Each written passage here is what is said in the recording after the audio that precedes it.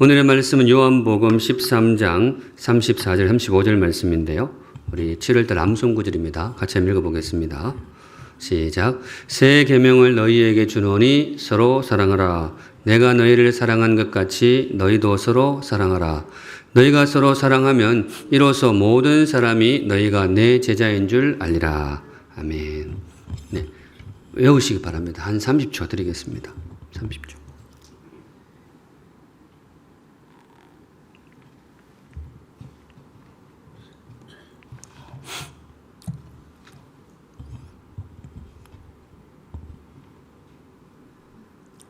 다 외우셨나요? 그 성경을 읽으시면서 조금 느끼셨는지 모르겠는데 기본적으로 성경은 암송용입니다. 특별히 구약 성경이 그런데요. 옛날엔 책이 잘 없었기 때문에 성경을 기록할 때 운율도 조금 있고요. 사실은 암송하기 편하도록 그런 언어 구조가 되어 있습니다. 이것도 좀 느끼시나요? 뭔가 좀 암송 편하게 해놓은 거 같지 않으세요? 전혀 안 그런 모양이죠. 쓰신 분이 좀 서운하게 느낄 수도 있습니다. 암송하기 쉽도록 되어 있습니다. 같이 한번 읽어보겠습니다. 시작. 새 계명을 너희에게 주노니 서로 사랑하라. 내가 너희를 사랑한 것 같이 너희도 서로 사랑하라. 너희가 서로 사랑하면 이로써 모든 사람이 너희가 내 제자인 줄 알리라. 요한복음 13장 34절 35절 말씀. 자, 없애주시고요. 이러면 꼭 베드로가 물 위로 뛰어드는 것 같은 느낌이. 새 계명을, 자 시작. 새 계명을 너희에게 주노니 서로 사랑하라. 내가 너희를 사랑한 것 같이 너희도 서로 사랑하라. 너희가 서로 사랑하면 이로써 모든 사람이 너희가 내 제자인 줄 알리라. 요한복음 13장 34절 35절 말씀. 네, 7월 한 달 동안 다른 말씀도 귀하지만 이 말씀 마음에 새기시면서 암송하시면 좋겠습니다. 오늘의 말씀은 사랑의 의미입니다. 사랑. 우리 신앙생활, 교회에 선포되는 언어들 중에 사랑도 참 자주 나오게 되죠. 믿음, 사랑 이렇게 우리가 늘 사랑하는데 요한복음을 통해서 성도인 우리에게 사랑이 가지는 의미가 무엇이냐, 왜 그렇게 성경이 사랑하느냐, 그런 것들을 한 달 동안 마음에 새기시면 좋겠습니다. 이렇게 물어도 좋겠습니다. 우리가 서로를 사랑해야 될 이유가 무엇인가? 왜 우리는 서로를 사랑해야 될까? 주시는 말씀 열린 마음으로 받고 서로를 더 깊이 사랑하는 귀한 샘물교회가 되기를 간절히 소망합니다.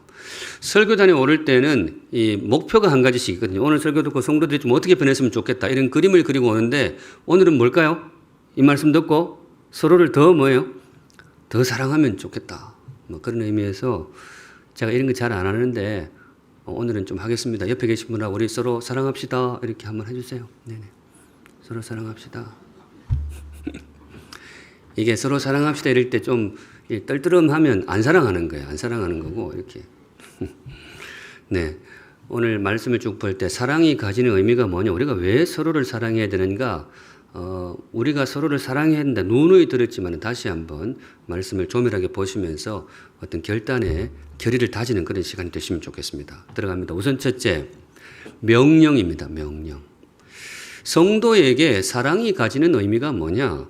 첫 번째는 이겁니다. 사랑은 우리를 향한 주님의 명령입니다. 내가 새 계명을 너희에게 주노니, 계명이라고 나오는데 계명의 명자가 무슨 명자겠어요? 명령할 때 명자죠. 계명. 좀 풀어서 읽으면 이렇습니다. 주님께서 말씀하시기를 내가 너희들에게 명령하노니, 내가 너희에게 명령하노니 너희들 서로 사랑해라. 이런 뜻이 되겠습니다. 성도로서 우리가 왜 서로를 사랑해야 되는가, 많은 이유들을 떠올릴 수 있습니다. 사랑이 좋은 거니까, 또 서로 사랑하면 행복하니까, 또 사랑해야 교회 공동체가 반듯하게 세워지니까, 이런저런 이유를 떠올릴 수가 있는데 제일 기본적인 이유는 이겁니다. 왜 우리가 서로를 사랑해야 되느냐? 주님이 명령을 하신 거예요. 너희들 서로 사랑해라. 그러니까 우리가 서로 사랑해야 되는 겁니다. 우리는 주의 말씀을 지키는 사람입니다. 신앙이 뭐냐? 여러 가지로 신앙을 이렇게 풀이할 수 있겠지만은 적어도 신앙의 길에 순종이 빠질 수는 없죠. 순종하는 것이 신앙입니다. 구약 성경에 유명한 구절 있잖아요. 순종이 뭐보다 낫고? 제사보다 낫고, 순종이 제사보다 낫고, 한 번 더 반복합니다. 듣는 것이 순양의 기름보다 나으니. 이거 암송용인 거 좀 느껴지세요? 중요한 건 항상 반복을 해요. 운을 맞춰 순종이 제사보다 낫고 듣는 것이 순양의 기름보다 낫다. 제사 5글자로 풀면 이거 모르면 안 되는데 제사를 5글자로 풀면 순양의 기름이에요. 이거 같은 뜻입니다. 순종을 이거 모르면 실망할 거예요. 순종을 3글자로 늘리면 듣는 것. 네. 이제 마쳤다고 너무 교만하지 마시고 여하튼 성경은 암송용이니까 많이 외우시기 바랍니다. 이게 제사, 요즘 언어로 고치면 예배인데 우리 신앙생활에 예배가 얼마나 중요해요. 그런데 주님께서 구약 시대부터 이 말씀을 하셨어요. 예배가 참 소중한데 순종이 그거보다 더 소중하다. 물론 예배를 가볍게 여기라 이런 뜻은 아닙니다. 그만큼 이 순종의 무게감을 주님께서 강조하고 싶으셨던 거죠. 말씀에 순종하는 것이 정말 중요하다. 오늘 말씀은 바로 이 맥락에서 받으시면 좋겠습니다. 성도 여러분, 우리 인생의 구원자이시고 우리 삶의 주인이신 예수님께서 우리에게 명령하십니다. 서로 사랑하라. 서로 사랑하라. 우리 다른 말씀도 귀하지만은 주의 말씀, 이 말씀에 순종하는 인생 되시기를 우리 주님의 이름으로 축복합니다. 네, 서로 사랑하기를 소망합니다. 명령과 관련해서 오늘 본문에서 좀 눈여겨볼 대목이 한 2가지 정도 있는데요. 먼저는 오늘 이 말씀이 주님의 고별 설교입니다. 요한복음 흐름이 그래요. 13장인데 벌써 고별 설교냐? 예. 13장에서 시작된 설교가 흐름상 어디까지 가는가 하면 17장까지 갑니다. 이게 한 통으로 된 주님의 귀한 설교인데 요한복음이 그렇게 기록을 하고 있습니다. 그런데 이 설교 마치시고 주님이 십자가로 잡혀가십니다. 바로 십자가가 시작이 됩니다. 그러니까 오늘 이 설교가 뭔가 하면 예수님으로서는 죽음을 앞두고 제자들한테 마지막으로 하는 설교가 되겠습니다. 굉장히 중요한 순간인 거죠. 우리 부모님이 자녀들과 늘 함께 있고 싶지만은 상황을 보니 이제 내가 떠날 때가 가까워 온 거죠. 그래서 자녀들을 모아놓고 마지막 유언을 하는 경우가 있잖아요. 그럴 때 아마 굉장히 고심을 많이 하실 거예요. 다시 말할 기회가 없는 마지막 순간이니까 밤새워 고민해가지고 내 사랑하는 자녀들에게 이 말은 꼭 해줘야지. 그래가지고 이제 유언을 준비하실 거란 말이죠. 오늘 주님이 바로 그런 순간인 거죠. 아마 주님이 밤새 고심을 많이 하셨을 거예요. 무슨 말을 해야 될까? 그러니까 이제 그 설교가 길어지는 거죠. 13장부터 17장 하고 싶은 말이 많은 거죠. 그런데 이 마지막 고별 설교를 하시는데 첫 말씀이 뭐냐? 첫 말씀이 이거예요. 나의 제자들아 서로 뭐하라? 사랑하라. 주님이 잘 하신 것 같아요? 이 말씀이 중요할까? 왜? 정말 중요하죠. 주님이 정말로 중요한 말씀을 하신 것 같아요. 그런 무게감이 있습니다. 한 번 더 우리 사랑하는 샘물 성도 여러분, 우리 다른 말씀도 소중하지만은 주님이 정말로 고심해 주신 이 말씀 서로 사랑하라 실천하는 인생 되시기를 주님의 이름으로 축복합니다. 네, 그게 신앙인 거죠. 또 한 가지 이 명령이라는 이 말씀 앞에서 우리가 되새겨야 될 눈여겨볼 단어가 하나 있는데요. 새 계명이라는 단어입니다. 새 계명을 너희에게 주노니 서로 사랑하라 이 명령을 주시면서 주님께서 이 계명을 새 계명, 뉴 계명이라고 그렇게 말씀하십니다. 근데 제가 이 대목을 보면서 조금 묵상을 좀 했어요. 이게 진짜로 새로운 계명이냐? 아닙니다. 이거 구약 성경에 굉장히 많이 나오는 아주 익숙하고 오래된 계명입니다. 대표적으로 레위기 19장 18절에 내 이웃 사랑하기를 내 자신과 같이 사랑하라. 나는 여호와이니라. 이게 나오잖아요. 구약 성경에 사랑하라는 명령이 많이 나옵니다. 그래서 서기관들, 구약 성경을 열심히 공부했던 서기관들 웬만한 사람 불러놓고 구약 성경이 너무 두꺼우니까 좀 요약해 주세요. 한 몇 문장 요약해 주세요. 그러면 거의 대체로 이렇게 요약을 합니다. 하나님을 사랑하고 또 뭐예요? 이웃을 사랑하라. 이게 이제 정통 유대인들이 바라본 구약 성경의 요약이 되겠습니다. 그러니까 이 서로 사랑하라 이 계명은 절대로 새로운 계명이 아니에요. 너무 익숙하고 오래된 계명입니다. 그런데 주님은 이걸 왜 새 계명이라고 부르실까? 이제 이런 게 있으면 목사는 조금 생각을 많이 합니다. 이게 도대체 무슨 뜻일까? 저한테 주신 답은 이겁니다. 뭔가 하면 실천되지 않았기 때문에. 왜 주님이 새 계명이라고 말씀하시느냐? 예를 들어 그런 거하고 똑같아요. 옷을 새로 샀는데 안 입어요. 포장도 안 뜯고 그대로 옷걸이에 걸어 놓았습니다. 그러면 여전히 뭐예요? 세우신 거죠. 신발을 새로 샀는데 이 박스도 안 뜯고 그냥 선반 위에 그대로 올려놓았어요. 몇 년이 흐른 거죠. 여전히 무슨 신발? 새 신발인 거죠. 그러니까 예수님이 보시기에도 이런 거죠. 서로 사랑하라. 누누이 선포했지만은 잘 그래 사랑을 안 하는 거죠. 사람들이 듣기는 굉장히 많이 들었어요. 오래전에 산 신발처럼 굉장히 오래전에 들었어요. 그런데 실천이 안 되었기 때문에 여전히 새로운 계명. 제가 생각할 때 주님이 바로 그런 의미에서 조금 의도적으로 새 계명이라고 부르신 게 아닐까 저는 그렇게 생각했는데 좀 말이 되는 것 같으세요? 예, 제가 보기엔 그래요. 이거 말고는 이유가 없어요. 이거 굉장히 오래된 계명이거든요. 성도 여러분, 바로 그런 의미에서 우리 자신을 한번 돌아볼 수 있기를 바랍니다. 서로 사랑하라. 이 계명은 저와 여러분에게 새로운 계명입니까? 이제는 익숙한 계명입니까? 네, 우리가 서로를 돌아보면서 듣기는 많이 들었는데 이제는 실천을 통해서 더욱 익숙한 귀한 계명이 되기를 우리 주님의 이름으로 축복합니다. 네, 우리 정말 서로 사랑하기를 소망합니다. 두 번째, 성도에게 사랑이 가지는 의미가 무엇이냐? 오늘 결국 이제 설교가 달려갈 목표는 하나예요. 우리 안에 정말 서로를 사랑해야지 이런 좀 결단이 뜨겁게 올라오면 좋겠습니다. 두 번째는 염치입니다. 사랑은 성도의 염치다. 우리 인생이 염치가 없으면 안 되잖아요. 근데 그 사랑이 그런 요소가 된다는 거죠. 어느 대목이냐? 내가 너희를 사랑하는 것 같이. 우리 주님이 서로 사랑하라 이 명령을 내리시면서 이 문구를 덧붙이세요. 내가 너희를 사랑하지 않았느냐? 그러니까 너희도 서로를 사랑했으면 좋겠다. 이게 이제 성도의 염치인 거죠. 받은 사랑 나누며. 주님은 우리에게 진공의 사랑을 요구하지 않습니다. 아무것도 없는 상태에서 우리한테 새로운 사랑을 창조해내라. 주님은 절대로 그렇게 명령하지 않습니다. 대신 먼저 우리에게 사랑을 공급해 주셨습니다. 주님께서 친히 우리를 정말로 뜨겁게 사랑해 주신 거죠. 그러니까 주님의 사랑이 우리 삶에 가득한 거죠. 그래 놓고는 주님께서 명령하시기를 내가 너희에게 베풀어 준 그 사랑을 서로 뭐예요? 서로 조금이라도 나누며 살았으면 좋겠다. 그게 오늘 말씀이에요. 내가 너희를 사랑하는 것 같이 너희도 서로 사랑하라.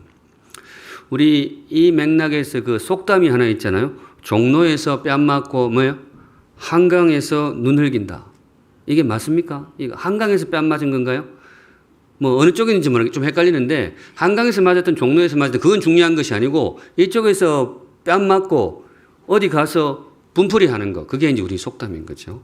그런데 이걸 조금 따뜻하게 각색을 하면 오늘 주님의 말씀입니다. 주님께 받은 그 귀한 사랑을 다른 데 가서 뭐예요? 좀 나눠주며 살았으면 좋겠다. 이게 이제 성도의 염치인 거죠. 오늘 주님께서 하신 우리를 좀 염치 있는 그런 삶으로 초대하고 계십니다. 믿음으로 고백하건대 저와 여러분은 다 사랑을 받은 사람입니다. 동의가 되십니까?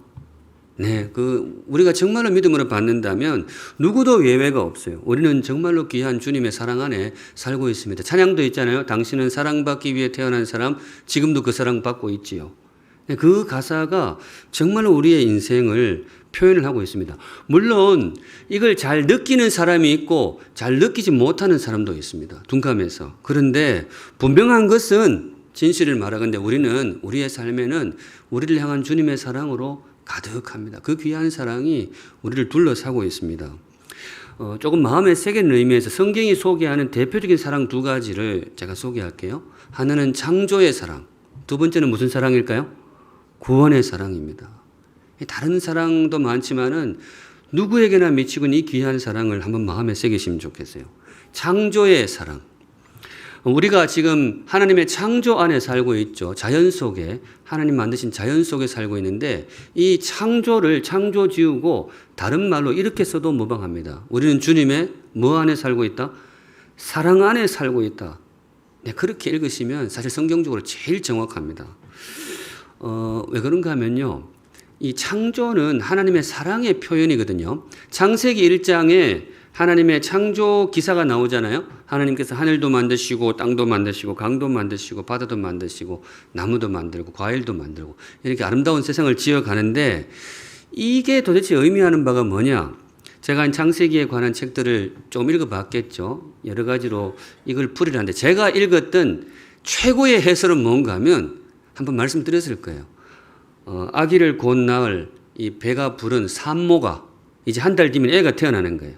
그런데 이 마트 같은 데 가서 아기 용품 코너에 가가지고 아기를 위해서 젖병도 사고 또 뭐 애를 낳은 지 하도 오래돼가지고 뭘 샀는지 위에 이거 모빌도 달고 이렇게 작은 침대도 사고 신발도 사고 이렇게 쭉 고르는 거 창세기 1장은 바로 그 모습이다. 하나님 바로 그런 산모의 모습이다. 라고 누가 푸셨는데 누군가 하면 우리 샘물교회 모교회죠. 서울 영동교회 저번에 한번 오셨잖아요. 그 정형구 목사님이 우리 교단에 복 있는 사람이라고 큐티집 있잖아요. 거기 칼럼에다 그걸 쓰셨는데 제가 그걸 읽으면서 야 진짜 이거다. 창세기 1장 진짜 이거구나. 아, 기가 막히는데 제가 그렇게 감동했던 그런 감탄했던 기억이 있습니다. 근데 창세기 1장 보면 진짜 그래요. 일주일 뒤에 누가 태어나요? 아담과 하와가 태어나는 거예요. 그 사람, 한 쌍의 사람을 위해서 주님이 그 사람들이 살아갈 작게 보면 아기 방이고 그 사람이 살아갈 삶의 터전을 주님의 사랑으로 만들어 가는 거예요. 근데 우리 하나님은 좀 스케일이 커요. 아기 엄마 산모는 모비를 타는데 주님은 뭘 타셨을까요? 안드로메다를 탄 거죠. 이렇게. 굉장히 크게 땅도 만들고 스케일이 굉장히 크고 왜냐하면 사람이 평안하게 살아야 되니까. 그러고 보면 창세기 1장이 딱 그 내용이에요. 성도 여러분, 우리가 지금 그 안에 살고 있습니다. 그냥 우연히 펑 이렇게 만들어진 세상이 아니에요. 한 달 뒤에 태어날 아기를 위해서 물건을 고르는 그 엄마의 정성, 세상에서 제일 귀한 사랑이죠. 근데 하나님께서 우리를 그렇게 만드셨습니다. 믿음으로 받으실 분은 나에게 주시는 말씀으로 받으시기 바랍니다. 같은 하늘나라에 산다고 같은 세상을 사는 게 아니에요. 우연으로 가득한 그런 세상을 사는 사람도 있지만은 나를 위해서 하나하나 정성으로 고르신 하나님의 사랑 안에 살아가는 사람들이 있습니다. 저와 여러분은 후자이기를 주님의 이름으로 축복합니다. 네, 우리가 그 안에 살고 있는 거예요. 두 번째, 무슨 사랑이요? 구원의 사랑. 우리가 늘 알지만은 다시 한번 마음에 새기시면 좋겠어요. 요한복음 3장 16절. 하나님이 세상을 이처럼 사랑하사 독생자를 주셨으니 이는 그를 믿는 자마다 멸망치 않고 영생을 얻게 하려 하심이라. 제가 샘물 공동체에 와서 처음으로 했던 설교가 이 설교였습니다. 요한복음 3장 16절. 그때 제목이 혈관 속을 흘러야 할 말씀. 제가 제목을 그렇게 잡았어요. 2018년도 7월 달이었어요. 다 기억나시죠? 물으면서도. 네. 저는 사실 그렇게 많지는 않지만 어디 다른 교회에서 설교 한번 해주세요. 그 하면 특별한 일이 없는 한 가면 거의 요한복음 3장 16절을 해요. 왜냐하면 목사로서 성경 읽어볼 때에 처음 만나는 사람, 다시 못 볼 사람이라면 정말 이 말씀은 꼭 전해야 되겠다. 저한테는 이거였습니다. 하나님이 우리를 사랑하십니다. 제가 그때 이제 2018년 설교하면서 성도들한테 제가 부탁도 드렸는데 물론 그것도 기억 못 하시겠죠. 설교할 때 제가 뭐라고 부탁을 드렸는가 하면 이 땅에서 오래 사시고 나중에 하나님 앞에 섰을 때에 그분 앞에서 이 말만은 꼭 해주세요 라고 제가 부탁까지 드렸는데 다시 합니다. 이제 잊어먹으면 안 돼요. 뭔가 하나님 앞에 섰을 때에 저한테 이 이야기는 꼭 들었다고 좀 말씀했어요. 무슨 말인가 하면 성도 여러분, 하나님이 여러분을 사랑하십니다. 네, 하나님 여러분들 사랑하십니다. 그 목사가 꼭 해줘야 될 말이 그거라고 저는 믿습니다. 그 중심에 바로 이 십자가가 있는 거예요. 하나님이 외아들의 목숨을 우리를 위해 내주신 거예요. 우리의 구원이 그냥 이루어진 게 아니란 말이죠. 정말 어떻게 내 목숨도 그렇지만은 외아들의 목숨을 어떻게 내줘요. 근데 주님은 엄청난 사랑으로 우리를 사랑해 주셨습니다. 이게 무슨 말인가 하면요. 성경은 그렇게 생각해요. 우리의 삶 구비구비에 하나님의 사랑으로 가득하다. 물론 우리 삶에 아픔도 있고 힘든 순간도 있습니다. 있는데 그것과는 비교할 수 없는 엄청난 양의 나를 향한 하나님의 사랑이 이 내 삶을 가득히 채우고 있습니다. 네, 그게 성경이 선포하는 진실입니다. 믿음으로 받으실 분은 열린 마음으로 나에게 주시는 말씀으로 받으시기를 우리 주님의 이름으로 축복합니다. 아멘. 그런데 안타깝게도 우리가 사랑받는 사람답게 살지 못할 때가 있다는 거죠. 주님은 우리에게 정말로 귀한 사랑을 부어주셨는데 그럼에도 불구하고 그 사랑을 받은 자답게 살지를 못하는데 이것도 오늘 자꾸 이렇게 하는데 한 두 가지 국면을 볼 수가 있어요. 먼저는 뭔가 하면요. 행복하지가 못해요. 가끔 우리 성도들의 얼굴이 너무 어두울 때가 있단 말이죠. 주님으로서는 그게 좀 안타까운 거죠. 왜? 사랑받고 사는 사람은 뭐예요? 행복해야 되는데. 다른 것도 우리를 행복하게 하는 게 많지만은 정말 귀한 사랑을 받고 사는 사람은 얼굴도 환하고 행복해야 되는데 가끔 보면 얼굴에 이 충분한 행복감이 안 느껴질 때가 있단 말이죠. 속으로 생각하기를 내 인생은 왜 이럴까? 나는 사랑받지 못하고 사는 것 같아. 그런 박탈감이 우리에게 찾아올 때도 있는데 바라기는 우리의 마음이 아니기를 바랍니다. 행여나 우리 속에서 그런 생각이 올라오면 우리 하나님이 굉장히 섭섭해 하실 수가 있습니다. 무슨 말이냐? 내가 너를 위해서 내 외아들의 목숨까지 내어주었는데 사랑받지 못했다니 무슨 말이냐? 우리 주님의 사랑을 받고 특별히 주님의 사랑을 믿고 행복한 인생 되시기를 우리 주님의 이름으로 축복합니다. 예, 행복하시면 좋겠어요. 근데 또 한 가지 사랑받은 자답게 살지 못하는 안타까운 모습이 또 하나 있는데 뭔가 하면 오늘 본문이에요. 염치 없는 삶. 염치 없는 삶. 사랑을 많이 받았는데 한 주먹도 내놓지를 않아요. 그런 경우가 있다는 거죠. 이걸 이제 오늘 주님께서 넌지시 조금 찌르고 있어요. 너희들이 그렇게 살면 안 되잖아. 무슨 말인가 하면 내가 너희를 사랑한 것 같이. 내가 너희들을 정말로 뜨겁게 사랑하지 않았느냐. 그러니 너희도 조금 사랑하며 사는 것이 그게 성도의 염치가 아니겠느냐. 바로 오늘 그런 다그침을 담아 주시는 말씀이 뭔가 하면 내가 너희를 사랑한 것 같이. 우리 사랑하는 샘물 성도 여러분, 저와 여러분 염치 있는 인생 되시기를 주님의 이름으로 축복합니다. 네, 사람이 염치가 있어야죠. 염치. 성경이 말하는 염치가 뭐냐? 그렇게 복잡하지 않습니다. 하나님께서 우리에게 베풀으신 그 귀한 사랑, 우리가 전부 나눌 수는 없죠. 전부 나눌 수는 없지만은 그렇지만 작은 한 조각이라도 서로에게 나누며 살아가는 삶, 그게 성도의 삶이라고 할 것입니다. 우리 예수님의 비유 중에 그거 있잖아요. 하지 못한 종인가요? 용서받지 못한 종일까요? 왜 1만 달란트 용서 받아놓고 100데나리온 용서를 안 해줘가지고 하나님의 큰 진노를 샀던 사람이 있죠. 그 비유 제목이 용서하지 못한 종일까요? 용서받지 못한 종일까요? 네, 목사가 이렇게 물을 때는 대체로 답이 뭐예요? 동전의 앞뒷면 비슷한데 기본적으로 용서받지 못한 종으로 많이 나옵니다. 근데 그 이면에 뭔가 하면 우리가 정말 너무 염치 없이 살아갈 때는 그게 어떻게 성도의 삶이라고 할 수 있겠느냐. 주님이 굉장히 참 묵직한 그런 경고의 말씀으로 들으시면 좋겠습니다. 근데 다시 한번 이 주님의 말씀을 조금 더 깊이 들어가는 의미에서 제가 이런 생각을 해보았어요. 저도 스스로를 반성하면서 내 안에서 왜 이렇게 사랑이 조금 순수하게 뜨겁게 잘 안 올라올까? 내가 염치가 없어서 그럴까? 물론 그럴 수도 있겠지만은 그것보다 어떤 면에서는 더 깊은 자리에 이유가 있을 수도 있겠다. 그런 생각이 들어요. 그러면서 떠오르는 구절이 로마서 1장 20절이었습니다. 한번 같이 읽어볼게요. 시작. 창세로부터 그의 보이지 아니하는 것들 곧 그의 영원하신 능력과 신성이 그가 만드신 만물에 분명히 보여 알려졌나니 그러므로 그들이 핑계하지 못할지니라.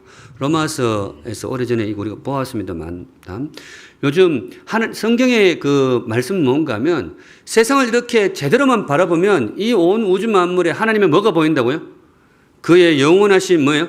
능력과 신성이 보인다라는 거예요. 하나님이 지으신 이 세상을 보면 보인다라는 거예요. 근데 지금 잘 안 보이죠? 왜 안 보이느냐? 인간의 죄로 인해서 눈이 어두워졌다라는 거죠. 원래는 보였는데 그게 잘 안 보여서 하나님을 예배하지 않는다. 이게 로마서의 고발이었습니다. 그런데 말씀 준비하면서 보니까 여기에 곧 그의 영원하신 능력 대신에 다른 단어를 넣어도 말이 될 것 같아요. 뭘 넣을까요? 영원하신 사랑.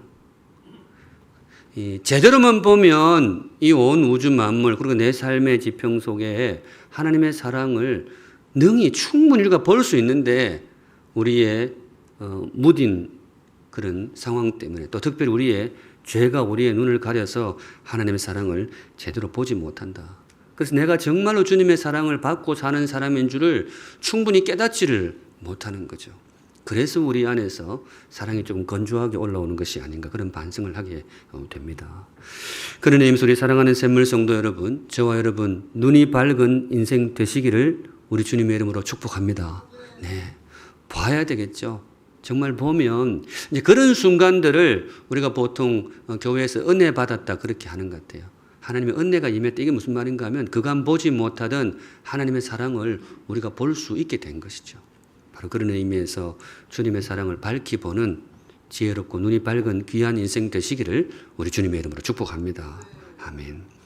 마지막으로 사랑이 우리에게 가지는 의미가 무엇일까? 주님의 명령 묵상했고요. 성도의 염치 이렇게 했는데 마지막은 이겁니다. 전도의 통로입니다. 사랑은 전도의 통로다. 듣기에 따라서는 조금 어색할 수 있는 그런 조합인데 제가 억지로 끼워 맞춘 것이 아니고 우리 주님께서 친히 짝지어 주시는 그런 연결이 되겠습니다. 35절인데요. 우리 같이 한번 읽어보겠습니다. 35절 시작. 너희가 서로 사랑하면 이로써 모든 사람이 너희가 내 제자인 줄 알리라. 너희가 서로 사랑하라 했잖아요. 서로 사랑. 그러면 너희가 서로 사랑하면 그것이 통로가 되어서 모든 사람이 너희들이 바로 예수의 제자이구나 그것을 알게 될 것이다. 조금 세게서 읽어야 되는데 무슨 뜻인가 하면요. 우리가 서로 사랑하면 바로 나의 제자인 너희들을 통해서 내가 드러나게 될 것이다. 그 뜻입니다. 너희가 서로 사랑하면. 근데 보통은 이 문장이 어떻게 되는가 하면요. 제자들아, 너희들 나가서 복음을 선포해라.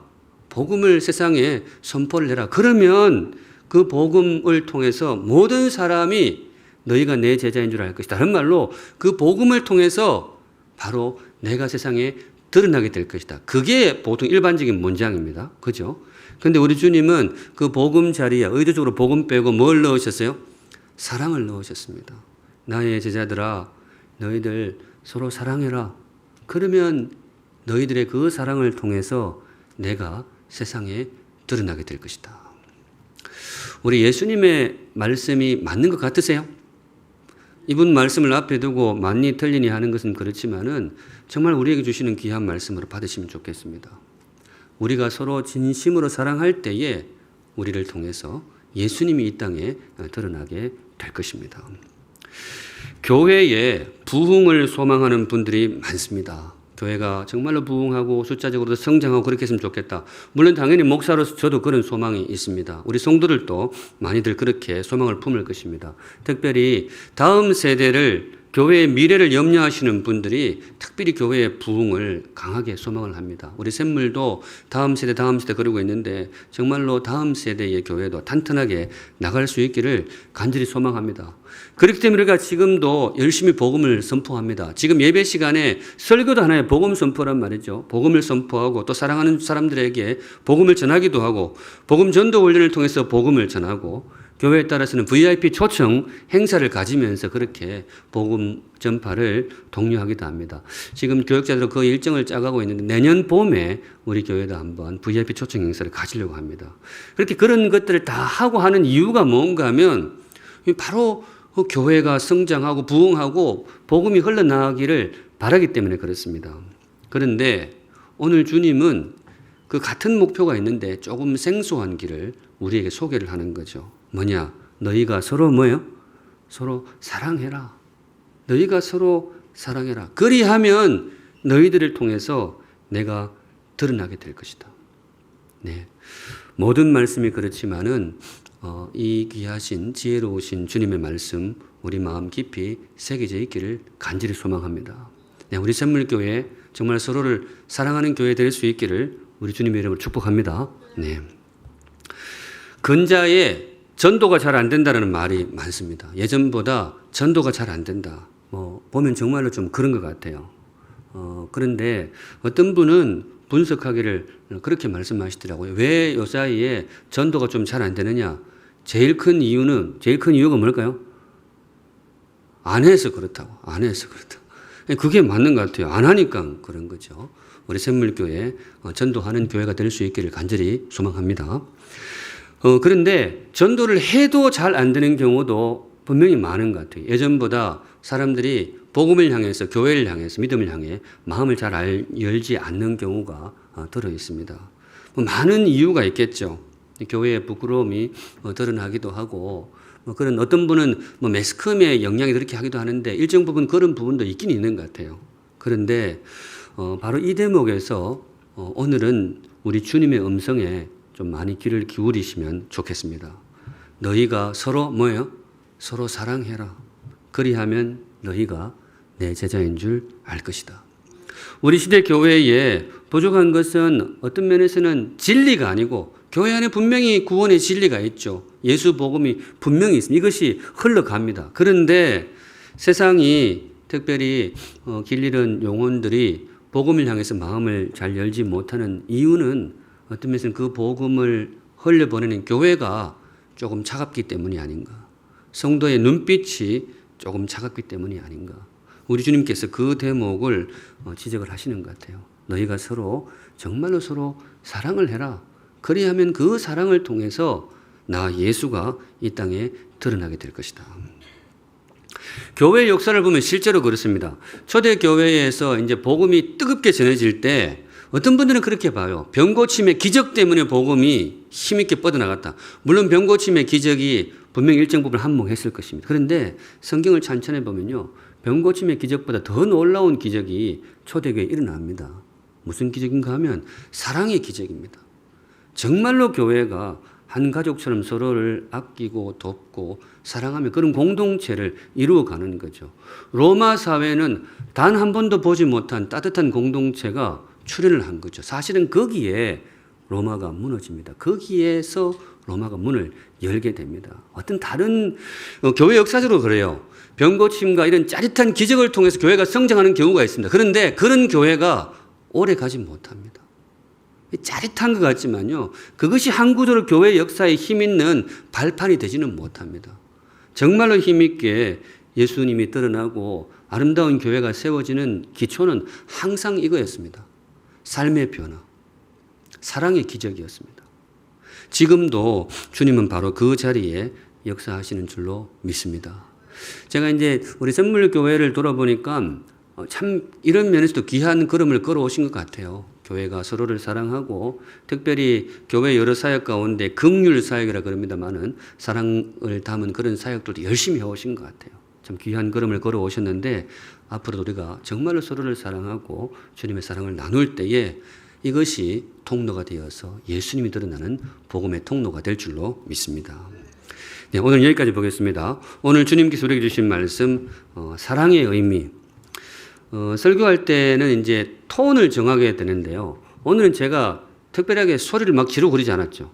왜 그런가 하면 사랑하자 그러는데 이걸 막 소리 지르면 안 되잖아요. 그래서 잔잔하게 했는데 또 그래 한다고 졸면 안 됩니다. 졸면 안 됩니다. 그런데 보니까 졸지는 않으신 것 같아요. 그래도 마음에 꼭 새기시면 좋겠습니다. 성도에게 가지는 사랑의 의미, 사랑의 이유가 뭐냐. 첫 번째가 뭐였죠? 지금 불과 30분밖에 첫 번째 뭐였죠? 주님의 명령이다. 명령에 순종하며 사랑해야 돼. 두 번째 뭐였죠? 성도의 염치다. 받은 게 많잖아요. 우리 좀 나누며 살자. 마지막 세 번째, 전도의 통로가 된다. 제가 이제 주일 끝나고 이렇게 주중에 보면 목장 이렇게 올라오는 거 보면 목장 나눔이 말씀 나눔을 하는 목장들이 많더라고요. 그러면서 나는 뭐 첫 번째 게 조금 마음에 와닿은 것 같아. 나한테는 세 번째가 내 이야기 같아. 이렇게 말씀 나누는 거 봤는데 오늘은 어떠셨어요? 잠시 생각해 보시면 여러분들의 마음에 그래도 제일 강하게 다가온 게 있습니까? 첫째, 둘째, 셋째. 한번 마음에 새겨 보시면 좋겠습니다. 그런데 제가 이 말씀을 왜 드리는가 하면 저한테는 뭐가 제일 크게 다가왔을까요? 이 목사가 물으면 대답하면 손에다가 있습니다. 저한테는 네 번째. 항목에는 없는데 고별 설교. 이게 사실 굉장히 크게 다가왔어요. 예수님의 이 요한복음 13장이 뭐의 시작이었다고요? 고별 설교의 시작이었는데 제가 한번 생각해 보세요. 언젠가 물론 세월이 한참 남았지만은 언젠가 저도 샘물을 떠날 때가 오겠죠. 그러니까 오늘이 이제 예를 들어 마지막 고별 설교인 거예요. 근데 제가 올라와 가지고 성도 여러분, 제가 여러분을 사랑한 것 같이 여러분도 서로 사랑하십시오. 이러고 내려가면 여러분들 표정이 어떨까요? 지가 언제 우리를 사랑했다고 막 이러면 그런데 근데 제가 이걸 생각하면서 느꼈던 게 뭔가 하면 여러분, 예수님 정말 대단한 분이에요. 이분이 마지막에 써가지고 뭐라고 하는가 하면 내가 여러분들을 사랑한 것처럼 여러분이 서로 사랑하십시오. 그러니까 이분이 교만하게 말을 허세를 부리는 분이 아니잖아요. 말을 함부로 하는 분이 아니고 이분이 진심인 거예요. 그러니까 이분은 정말 진심으로 제자들을 뭐예요? 제자들을 후회 없이 사랑하는 거예요. 하나 남김없이. 그러니까 여러분, 우리 예수 믿고 사는 게 맞아요. 이분은 정말로 이 대목에 있어서는 한치의 부끄러움도 없었던 거죠. 참 귀한 분이에요. 근데 성경을 보면 그런 분들이 많아요. 우리가 존경하는 분들은 다들 그래요. 사무엘도 떠나면서 그랬고요. 모세도 그랬고, 뭐 다 그래요. 사도 바울도 그 밀레도 거기 해안가에서 그랬었고, 오늘 예수님도 그래요. 예수님도 내가 여러분들을 사랑한 것처럼 여러분도 서로 사랑하세요. 정말 귀한 말씀이죠. 그런 의미에서 우리 사랑하는 샘물성도 여러분, 사랑에는 후회가 없으시기를 우리 주님의 이름으로 축복합니다. 네, 자녀들 모아놓고 마지막 말을 할 때, 야들아, 나는 적어도 인생에 이거는 후회 없다. 정말로 내 마음 다해서 만나는 사람 사랑하며 살았다. 너희도 그래 살면 좋겠다. 그런 말 남길 수 있으면 그 대단한 인생 아니겠어요? 우리 주님이 부족하지만 그런 인생, 그런 비전을 한번 향해 달려보라, 그런 뜻 같습니다. 저도 부족하지만 제 마음에 꼭 새겨두겠습니다. 이 모든 말씀 합하여서 우리 사랑하는 샘물 성도 여러분, 저와 여러분의 삶 속에, 특별히 우리 사랑하는 샘물 교회 안에 주께서 우리에게 부으시는, 또 우리가 서로 나누는 그 귀한 사랑이 충만하게 임하시기를 우리 주님의 이름으로 축복합니다. 아멘. 함께 찬양하겠습니다. 그 사랑을 얼마나 다 표현 못해도 표현하리라 이렇게 되어 있는데, 주님께 받은 사랑을 입술로도 표현을 하고 또 삶의 나눔으로도 표현하고 그렇게 내가 표현하며 살겠습니다. 그 다짐으로 받으시면 좋겠습니다. 찬양하겠습니다. 거룩하신 하나님 아버지, 내가 너희를 사랑한 것 같이 너희도 서로 사랑하라. 우리 예수님의 참 귀한 명령, 우리를 향한 다그침, 그리고 무엇보다 우리를 향해서 후회 없이 사랑하신 주님의 그 자신감의 표현, 이 귀한 말씀 열린 마음으로 새깁니다. 주님, 우리를 사랑해 주셔서 감사를 드립니다. 목숨을 버리면서까지 우리를 구원해 주시고 사랑해 주시고 지금까지 지켜주신 것을 감사를 드립니다. 주의 사랑 안에 사는 자로서 작지만 주님께 받은 사랑 일부라도 나누며 살아가는 염치 있는 성도가 될 수 있도록 인도해 주시옵소서. 주님의 사랑 가운데 거하는 자로서 우리 성도들 행복하게 하시고 참 많이 행복하고 또 그 행복을 나누는 귀한 성도의 걸음을 걸어갈 수 있도록 축복하여 주시옵소서. 아멘. 거룩하신 하나님 아버지, 오늘도 귀한 예물 하나님께 올려드립니다. 우리 성도들의 고백과 감사와 또 간구의 제목 세밀하게 살펴주시고 우리 사랑하는 성도들을 가장 복되고 제일 존귀하고 귀한 길로 인도하여 주시옵소서. 아멘. 지금은 우리 구주 예수 그리스도의 은혜와 우리를 위하여 외아들의 목숨까지 아낌없이 내어주신 하나님 아버지의 그 크신 사랑하심과 우리를 성도의 삶으로 인도해 주시는 성령 하나님의 임재하심이 머리 숙여 주를 예배하는 사랑하는 모든 샘물 성도들의 삶과 걸음 위에 이제로부터 영원까지 항상 함께 계실지어다. 아멘.